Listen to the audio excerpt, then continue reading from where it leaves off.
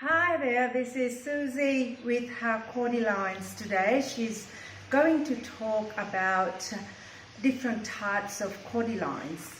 Cordylines are natives of most of the Pacific Rim, including New Zealand and Australia. We're going as back as to India and then coming back as far as Hawaii. In your travels, you may have been to some of these places and you would have seen some of the most beautiful foliages these cordylines have, from pinks to whites to blacks to burgundy to maroons, green, long, short, stumpy, any type of leaf variety, and they come in many different types of cordylines in their shapes.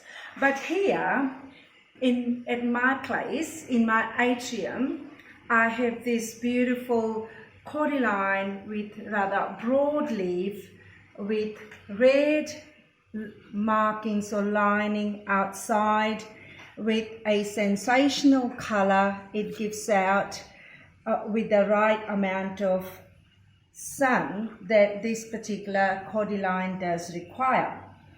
This is obviously of a fructosa variety that is most commonly grown here in the tropics.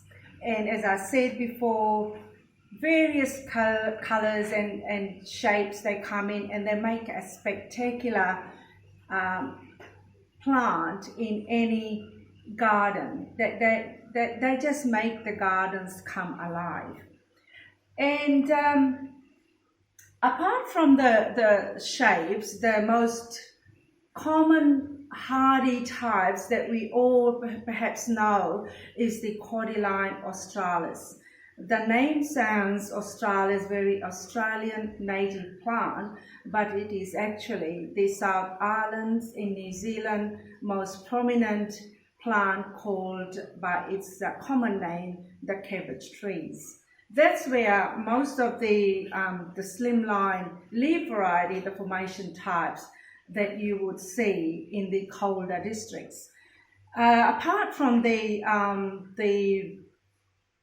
those particular variety, the Australis, they come in also in many colors, like you would see them in red fountain, red rubra, and red sensation. They have very fine thin leaves and they look like fountains really, and they make a beautiful pot plants if you put them in container gardening.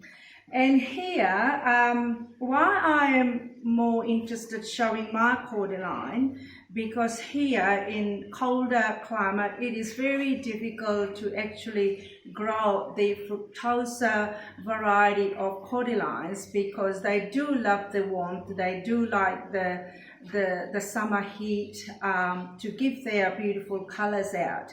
And here in colder climate in Victoria, these plants tend to struggle a bit, and while they struggle, they also attract a lot of different types of bugs, most commonly the scales, the mealybug, the snails. But the problem I have here in my atrium, because it's so still, the mealybug seems to just thrive.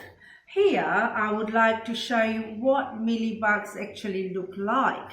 So if you could come closer, I would show you how they infestate the entire plants if you let them. You just have to turn the leaves and see them, that they are hiding underneath the leaves, and if you miss it, blink it, they will infest the entire leaves like they have in this particular plant. It doesn't take them very long to actually infestate.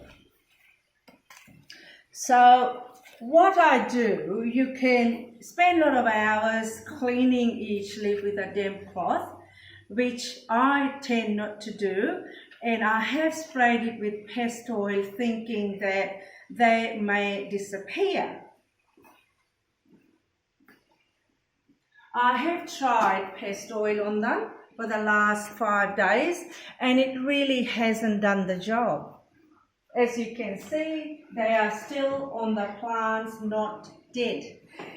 Therefore, I have to say that I do use Confidor, and Confidor would literally get rid of every bug inside your house if you've got pot plants and things like that. I know there was a bit of a controversy about the usage of Confidor, what impact it does have on bees. Well, it does, but as long as you make sure that you are spraying the plants that does not attract bees, like this particular plant, and it's indoors, and I'm not going to harm the bees. It's only going to kill the bugs which is on this particular plant, and I don't really mind using Confidor as long as you use the right protective gear and take all the cautions or precautions that you need to use Confidor. I have already made the solution for it and I will be spraying it, and it is fast, quick action chemical, the Confidor, and it will literally get rid of all the bugs. And as you can see, it gets rid of also lace bugs, mealybugs, stripes, hibiscus bugs, aphids, and curl grub, which is the grass grub they call it. It will certainly get rid of all those bugs. All I do is literally just spray on it and leave it for a couple of days, and I'll have to make sure that I do wear the mask as well when I use this particular chemical, which I will just show you a little bit how I spray it. All I do is just spray it on the leaves.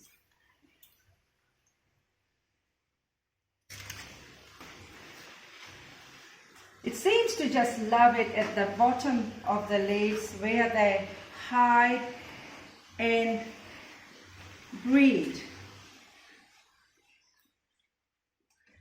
I have done it on a few of them, and I will finish this job, and make sure that you also do it under all the leaf beginnings over there on the stumps of the trees so that they all disappear.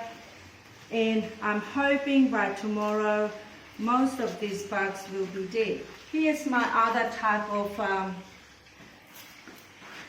cordyline, which is a little leafy one, and they seems to have also got it, obviously caught it from the one above. They are the tropical climate best plant actually, and here I have got another one here which has the same problem. This is the Cordyline burgundy with its broader leaf. And I just love the way it turns around and twirls around the way the leaves it forms inside. It's just lovely.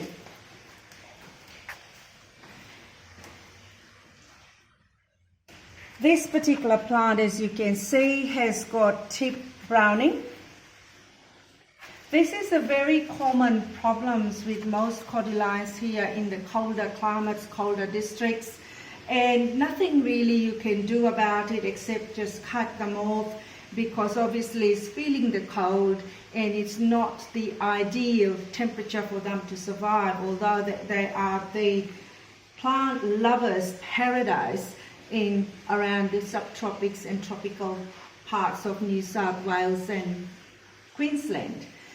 We here, Victorians, do tend to struggle a bit with them, and we like to plant them indoors, and seeing them, their beautiful, gorgeous leaves that they provide in many different colors. And that's all for me now, and I hope I have given you some hints and information once they do have the bugs, what to do with them. Obviously pest oil doesn't work the soap solution doesn't work, and then the Confidor is the next thing that I do use, and hope that your Cordylines are doing perfectly well where you have planted them, whether it be inside or outside. Have a good day. Bye for now.